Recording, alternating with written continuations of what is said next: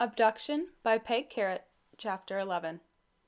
"Let's stop at Marymore Park," Fred Faulkner suggested. "We can walk the path and stretch a bit." His wife, Ruth, shifted in her seat. "Good idea," she said. "My arthritis is bothering me." "We used to drive a half day without stopping," Fred said. "Now these old joints stiffen up if I don't get out every hour." "At least we still go on outings," Ruth said. "Not like some of our friends who sit at home day after day and get bored with themselves." "Life's too short to waste any of it," Fred said. "We've been having good times for more than 70 years. No point in getting bored now." Ruth smiled and patted his knee. "I did enjoy seeing the Mount Vernon tulip fields," she said. "Acres of color and no charge to look at such beauty." "Maybe there'll be some children on the play equipment," Ruth said. She enjoyed watching the little ones climb and run. It reminded her of when her own girls were small. Fred pulled into Marymore Park and stopped the car.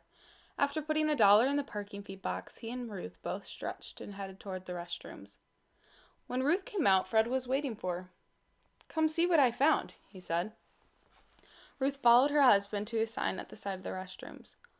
"Oh, look at you!" Ruth approached the terrier, who was tied to the sign post. "Aren't you a sweet thing?" She let the dog sniff her fist before she petted it.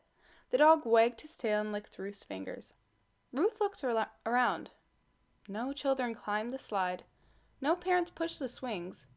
Who does he belong to? Is there someone in the men's room?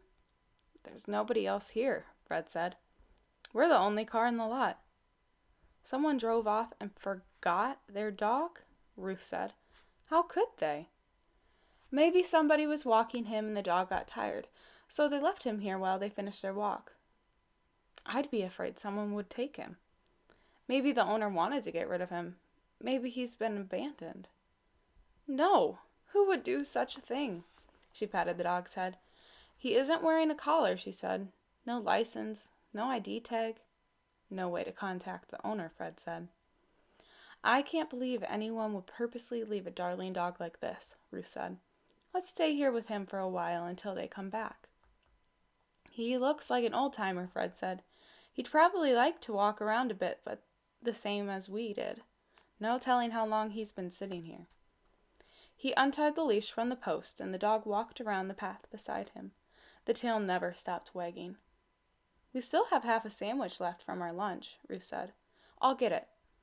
She took a wicker basket out of the trunk, opened it, and unwrapped a half peanut butter sandwich. When Fred returned from walking the dog, Ruth put a piece of sandwich on her palm and held it out. "Here you go," she said. "Here's a treat for you." "Thanks," Fred said, as he reached for the sandwich.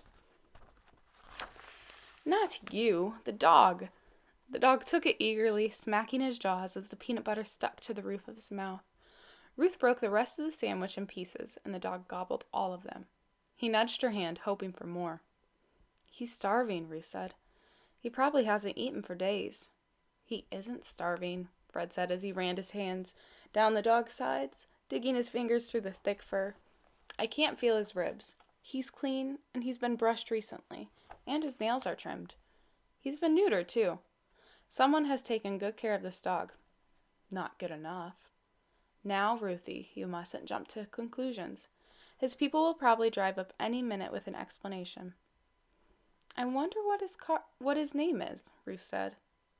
A car drove in. "Here they come now," Fred said. A couple and 2 young boys got out and headed for the playground.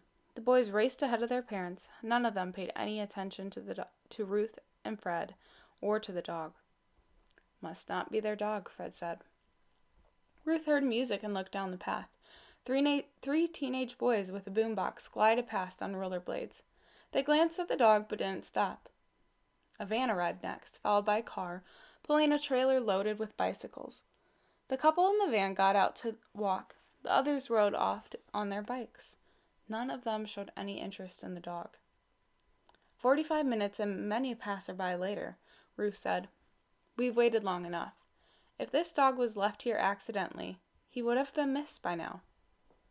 "We can't leave him here," Fred said. "Look how cloudy his eyes are. I don't think he can see much." Ruth smiled. "It looks like we have a new friend," she said, as she opened the back door of the car. The dog put his front paws on the seat and tried to jump in, but didn't make it. He needs a booth, Ruth said. Fred gave the dog's backside a shove, and the dog scrambled into the car. An old arthritic dog will fit right in with us, Ruth said. I need a boost myself now and then.